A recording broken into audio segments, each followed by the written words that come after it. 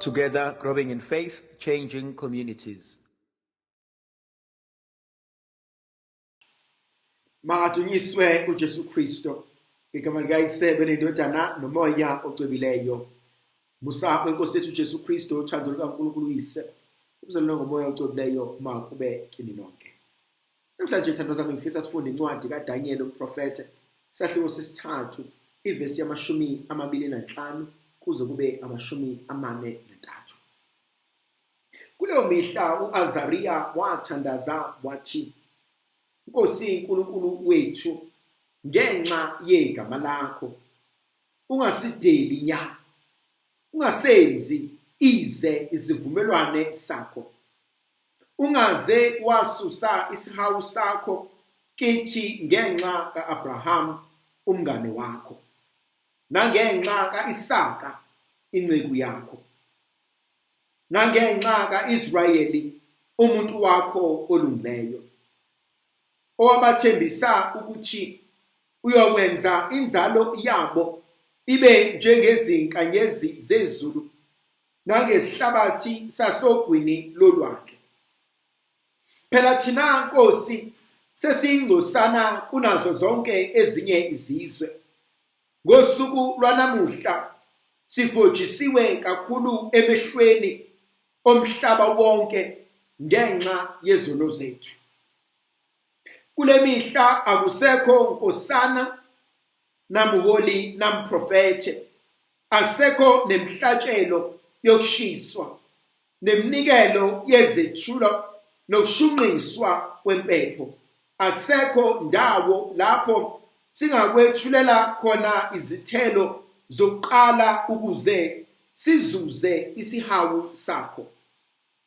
Kepha-ke sicela ngenhliziyo eyisolayo nangomoya wokuzithoba ukuba samkeleke njengokungathi imhlatshelo yokushiswa yezinqama namathole, yezimvana ezinonileyo eziyinkulungwane, makube njalo ukubonga kwethu namuhla phambi kwakho uze uthokoziswe. Ngoba labo abakwethembayo abanakudumala.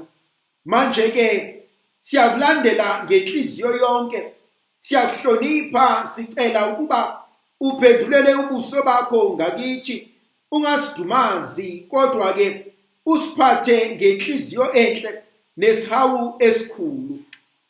O Nkosi, phinda imisebenzi yakho eyizimanga ngokusikhulula, dumisa igama lakho Nkosi. Yaze yamnandi le ndaba. Ngithanda indlela ayibeka ngayo uAzariya uma ekhuleka.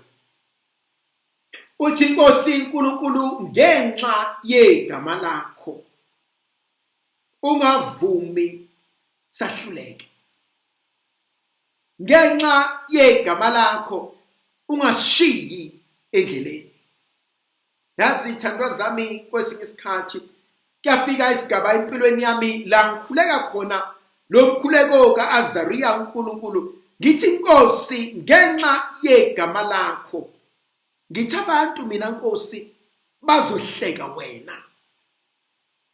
Abantu bazobuza ukuthi kanti uphi lo uNkulunkulu ayikhuluma ngaye. Uyazi khona igaba elifika empilweni la sengixakeke khona, sengixanisekile, ngingasazi, ebese ngikhumbula ukuthi weNkulunkulu, ngenxa yegama lakho. Sho njalo ngelinye ilanga uSimoni uthi siyakuya kubani? Uma usibuza ukuthi asifuni nathi ukuhamba, uma usibuza ukuthi asifuni ukuphindela emuva, uthi asiye kubani? Lokho amazwi okuphila ekuwena. Yazi kwesinye isikhathi uNkulunkulu kumele sithi, uma Nkosi ungabaphilisi, uthi abaphilisi ubani? Uma Nkosi ungabaniki imisebenzi, uthi abanike obani? Uma Nkosi ubadedela bebulawa abantu, uthi abavikele ubani? uma wena uNkulunkulu uhluleka ukwenza ufuna kwenza ubani? Ngoba phela abantu bazohleka wena. Ngeke abantu bahleke nini. Bayothi uphile uNkulunkulu ufanele uNgcobo ihleze eshumayela ngayo. Uphile uNkulunkulu ufanele thembelana ihleze esitshela ngayo uma namhlanje esemhlamukile. Sho njalo namhlanje Azariya uthi ngenxa yegama lakho. Azariya lenkonzo ayishoyo ikuyashiwo uHezekiya wathi inkosi yenza imangaliso. Ike lenkonzo yashiwo uMose wathi inkosi nantu ulwandle phambi kwami, athi inkosi emva kwami, athi nabo abaseGibhithe, athi labantu bazongibulala. Athi uNkulunkulu kuMose athi phenduka kokugcina, athi uMose ngiyababona Nkosi. Athi uNkulunkulu lezi zitho ezibonayo ngekuphinde uyibone. Athi inkosi angifuni ukufela ehlane. Athi uNkulunkulu bani othi uzofela ehlane? Waya uNkulunkulu ama-options zonke sephelile. Akutshela emehlweni uNkulunkulu athi mina ngisole sehluleke. Namhlanje bengifuna ukukukhumbuza ukuthi uNkulunkulu wethu akahluleki. Ukuthi yes mhlambe sezizamile sahluleka. Kodwa uNkulunkulu wethu akahluleki. Akazusinika ngoba nakho senze kahle. Akazusinika ngoba nakho singcwele. Akazusinika ngoba nakho sinakho konke. Cha. Ngenxa yegama lakhe. Kakade uNkulunkulu wethu akafuna ukwaziwa njengesihluleki. Sekuba khona inkonzo engithintayo. Athi uAzariya athi inkosi iba nomusa kuthina, athi ngenxa kaAbraham. Athi ba nomusa kuthina ngenxa kaIsaka. Athi ba nomusa kuthina ngenxa kaJakobe. Hey wethu zami, sake safika isigaba empilweni yakho la ukhuleka khona, uthi ngicela ukukhuleka uNkulunkulu gogwami akakhuleka kuyena maqedane kwaqaqeka izinto la ekhaya. Ngicela ukuyokhuleka uNkulunkulu uma wami ake akhuleka kuyena maqedane ngaphasa esikoleni. Ngicela ukuyokhuleka uNkulunkulu umalume wami ake akhuleka kuyena maqedane zaqaqeka izinto empilweni zethu. La sikhona isigaba esifika empilweni la ungasakwazi ukuzenzela khona, la ungasazi uzoyaphi. Uthi kodwa ngicela ukuyokhuleka kulo uNkulunkulu uma wami noma ugogo wami noma umalume noma ubani engike ngambone ekhuleka maqedane kwenzeka konke. Ngicela ukuyokhuleka uNkulunkulu wamakhehla engike ngambona ekhuluma nawo maqedane uNkulunkulu wenza konke. Linye iphuzu elingithintayo namhlanje Chimekalo Azariya uthi asena umprofeti. Uthi asena nendawo yokwethula umnikelo wokushiswa.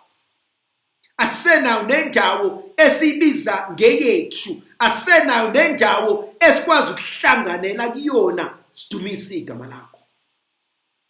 Okwafika esigabeni la ulahlekelwa ikhona konke. Ila uya khona uNkulunkulu uthi Nkosi sengiphelele njengoba ungibona nje.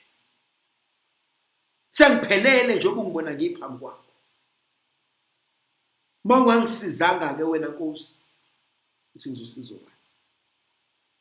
Mawungabasizanga abantwana bami ngoba kukho kunye engikwaziyo. Akukho kunye engikhuliswe ngakho. Akukho kunye engitshelwe kona. Pho bazosiza ubani? Uma izinto zabo ingahlangani, uma ngifa ngibashiya benje, yothini kumina usungibona ngisezulwini lakho? Bothini ngawe? Ngithanda inkonzo yenzo uAzariya. Inkonzo yokutshela uNkulunkulu ukuthi hayi ungangikhohlwa Nkosi. Kona konke okwenzayo, kubona bonke babizayo, kubona bonke ohlangana nabo. Kodwa ungakhohlwa ukuthi khona lengane uyishiye ngemuva. Khona lo mphefumulo odinga usizo lwakho. Khona lo muntu omemeza igama lakho. uNkulunkulu yena okwazi ukusenzela konke. uNkulunkulu yena okwazi ukusiqeqela konke. uNkulunkulu yena okwazi futhi ukusihlanganisela konke. Ngithanda lenkonzo yenzo uAzariya. lithi izwi likaNkulunkulu Azariya mesondela kuNkulunkulu. Jehova uyahlala esemazulwini. Ebese khumbula isithembiso asishilo. Athi okudliwe isikhonyana, athi ngiyakubuyisa konke. Ndlovukazi yezwi la nathi sibuso sizivikele isikhanyisele. Mayisinikeze amandla nomusa nothando likaNkulunkulu uSomandla uyise beneyindodana nomoya ogcobileyo. Amen.